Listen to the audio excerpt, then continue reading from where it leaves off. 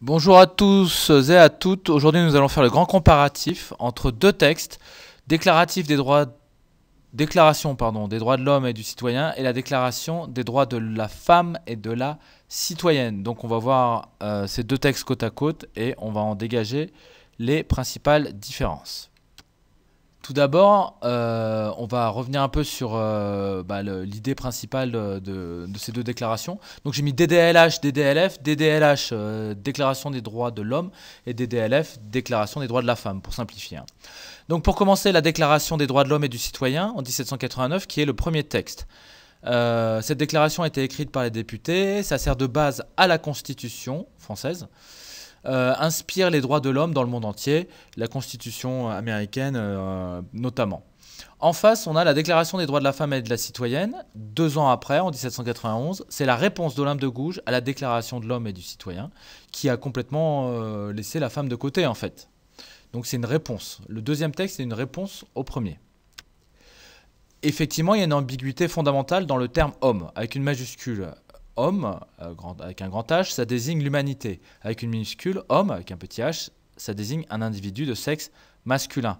Donc Olympe de Gouges, dans sa réponse, elle conteste l'universalité de la Déclaration des droits de l'homme, avec un grand H, qui est de fait plutôt la Déclaration des droits de l'homme, avec un petit h, la femme en étant grandement exclue.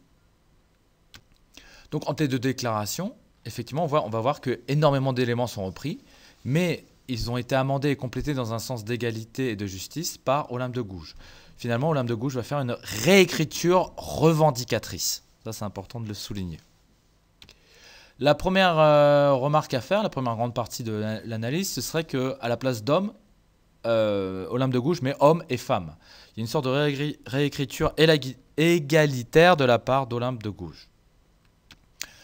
Dans le préambule, on a à gauche, donc dans la Déclaration des droits de l'homme, les représentants du peuple français constitués en Assemblée nationale, et de l'autre côté, les mères, les filles, les sœurs représentants de la nation demandent d'être constitués en Assemblée nationale.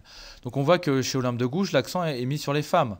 Il y a une énumération, pour bien insister. Olympe de Gouges, pour englober toutes les femmes, elle passe du vertical, de la mère à la fille, à l'horizontale, sœurs et les représentantes.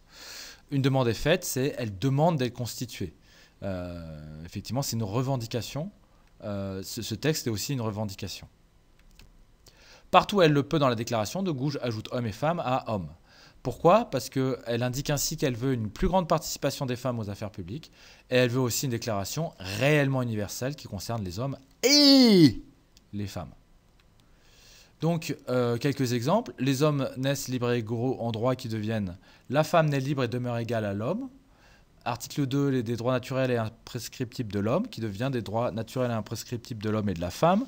Article 6, tous les citoyens. Article 6, tous les citoyennes et citoyens. Vous voyez, donc elle complète quasiment systématiquement. De Gouges aussi ajoute cette phrase. La Constitution est nulle si la majorité des individus qui composent la nation n'a pas coopéré à sa rédaction. Donc elle revendique la représentativité des femmes, puisque de facto, la Déclaration des droits de l'homme a été écrite uniquement par des hommes. Donc, deuxième axe de notre analyse, c'est qu'il y a une sorte d'humour grinçant d'Olympe de Gouges. C'est une déclaration où il y a quand même un petit peu d'humour.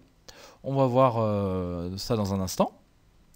Tout homme étant présumé innocent dans la Déclaration des droits de l'homme, à l'article 9, devient toute femme étant déclarée coupable. Il y a une certaine ironie de la part d'Olympe de Gouges. C'est comme si toute femme était forcément coupable de quelque chose aux yeux des hommes. Donc Olympe de Gouges met à jour le regard négatif des hommes sur les femmes. Les femmes sont toujours coupables de quelque chose finalement.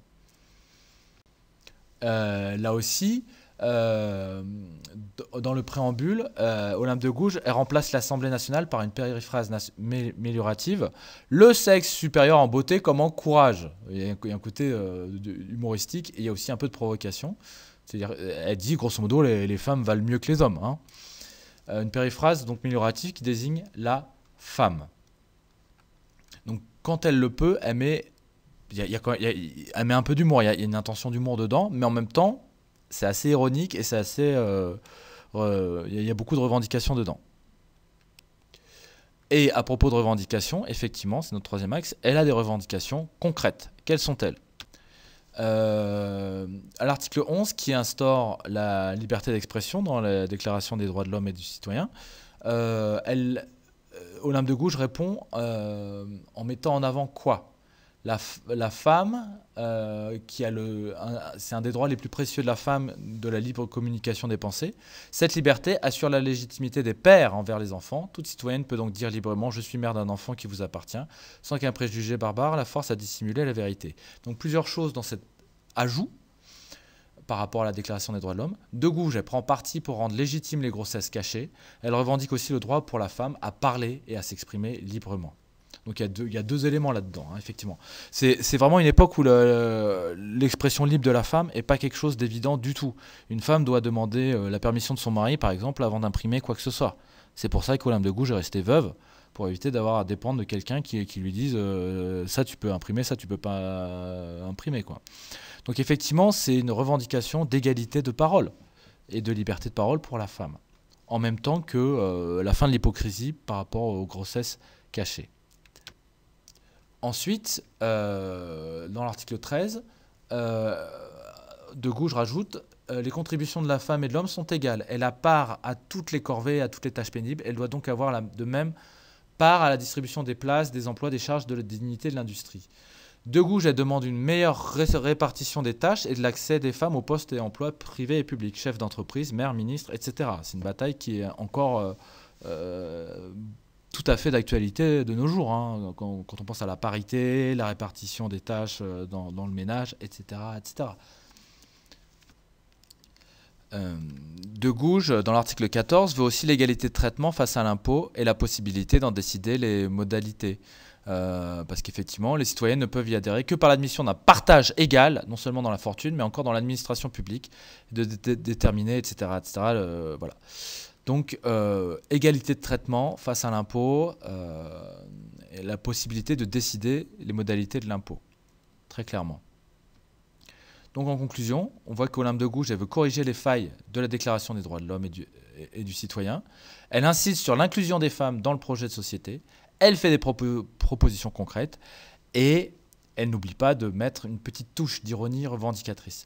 Donc effectivement, ce texte, les déclarations des droits de la femme et de la citoyenne, est un texte précurseur, provocateur, revendicatif, qui est toujours d'actualité de nos jours, finalement.